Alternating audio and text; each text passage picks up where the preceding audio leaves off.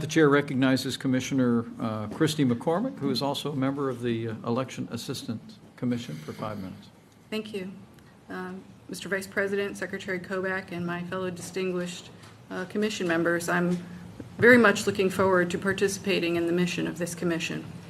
I started working in elections almost 30 years ago as an assistant voter registrar in East Haven, Connecticut. And since then, I've worked in several capacities in elections and voting, including 8 years in the Department of Justice Civil Rights Division's voting section, litigating and defending our federal voting statutes, including the Voting Rights Act, the NVRA, UOCABA, and the MOVE Act. I was detailed to Baghdad for a year as the Department of Justice's expert in elections to work on the Iraq national elections. And I have since served, since January 2015, as the Commissioner on the U.S. Election Assistance Commission, which is dedicated to making election administration better across our country.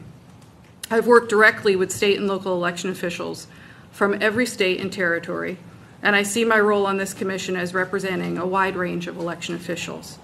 I've also regularly interfaced with voting system vendors and not-for-profit voting and elections organizations, and I will always take their concerns and interests into consideration. Our Constitution provides that our states have the authority and responsibility to run our elections, and I fully support this provision. However, I also believe that our federal government does have an interest in elections being free, fair, and secure from outside and improper influences. Our nation as a whole should be dedicated to ensure the survival of America's representative democracy. Over the past year, and quite frankly much longer than that, we've heard that our election system is in danger. It is appropriate for us to examine any threats or dangers to our system, the integrity of our system, and the fairness of our system. We need to ensure that every American citizen who is eligible to vote may do so freely and privately, and that his or her vote is not diluted by improper votes or influence. We need to ensure that persons who are eligible to vote are not disenfranchised, and that voters have confidence that our system is producing accurate, secure, and expeditious results. With that in mind, I would like to see this commission, at a minimum, look at some of these questions. How we keep ineligible and those operating in bad faith off of and out of our voting systems. How we address the management of voter registration systems and the problem of inaccurate lists. I applaud the dedication and hard work of our election administrators across this country, and believe me, they have a hard, and extensively complex job. But I've also done election observation over the past dozen or so years, and I have yet to see a fully accurate voter list in any polling place across the country.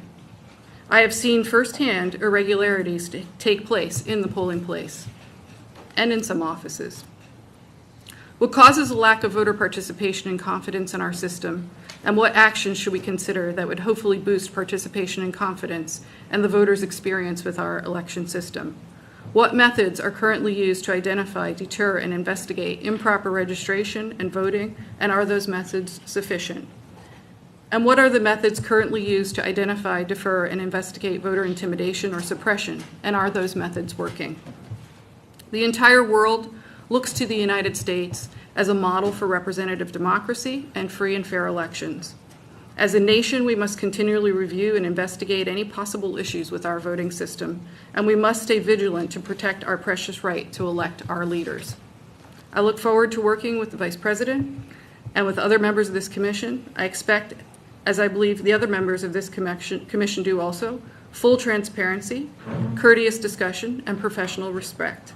I appreciate, in spite of some of the media reports I've seen, that the commission has no preconceived results, that we are not afraid of the facts leading us to the truth, whatever that looks like, and that any conclusions or recommendations will be based on these truths. Finally, thank you to the President, Vice President, and for trusting me and allowing me to participate in this commission. It is an honor to serve my country. Thank you. Well, Commissioner McCormick, thank you. Thank you for those good words. Thank you for bringing your vast experience in elections at home and abroad to this commission's work. We're grateful to have you